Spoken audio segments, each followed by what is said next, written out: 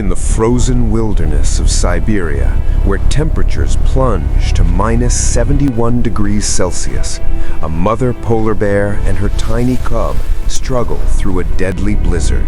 Without warning, the snow collapses.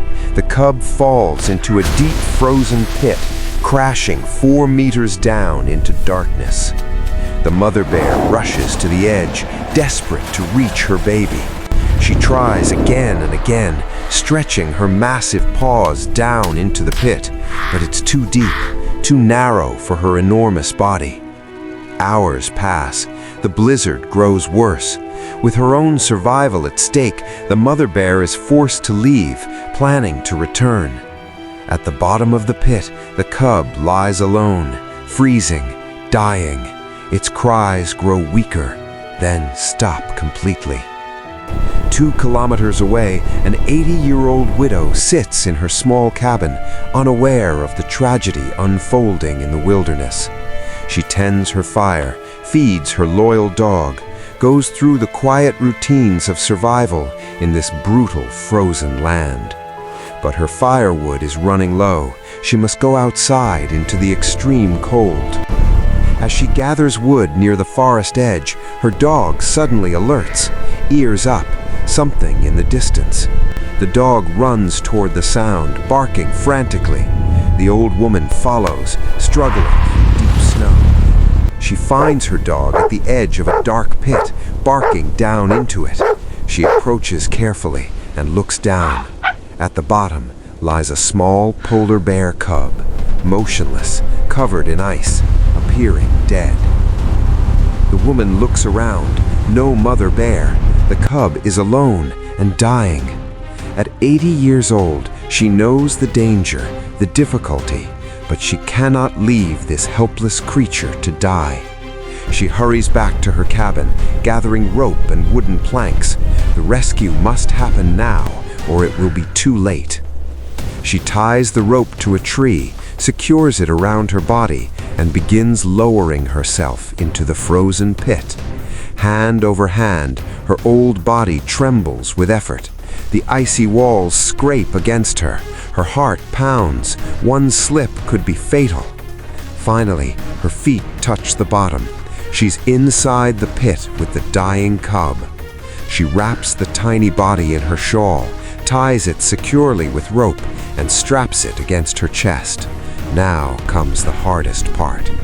She pulls herself upward. Every meter is agony. Her arms shake. Her hands go numb. The added weight of the cub makes every movement a battle against gravity and exhaustion. Halfway up, she stops, pressed against the wall, gathering what little strength remains. She can see daylight above, her dog's face looking down. She must continue. With one final desperate effort, she pulls herself over the edge and collapses in the snow, gasping for air. She lies there only briefly. The cub is still dying. She must get it to warmth. She stands, adjusts the small bundle against her chest, and begins the long walk back. Every step is deliberate, every breath visible in the frozen air. Finally, her cabin appears ahead. She pushes through the door into the warm interior. She lays the cub near the fire. It appears lifeless, but after adding wood to create intense heat, she sees it, a slight rise of the chest. It's still alive. She melts snow for water, carefully giving tiny amounts to the cub's mouth. At first, nothing, then movement, a small tongue lapping weakly at the water. She warms fish and feeds it piece by piece.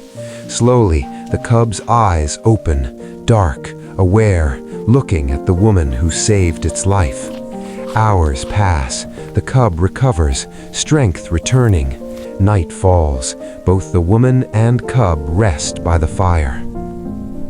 Deep in the night, a sound awakens them.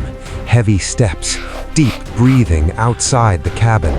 The mother bear has returned. She's tracked her cub here, and now she wants her baby back.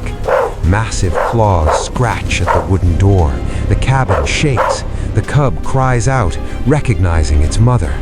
For hours, the bear circles the cabin, trying to break through. The woman guards the door, waiting for dawn.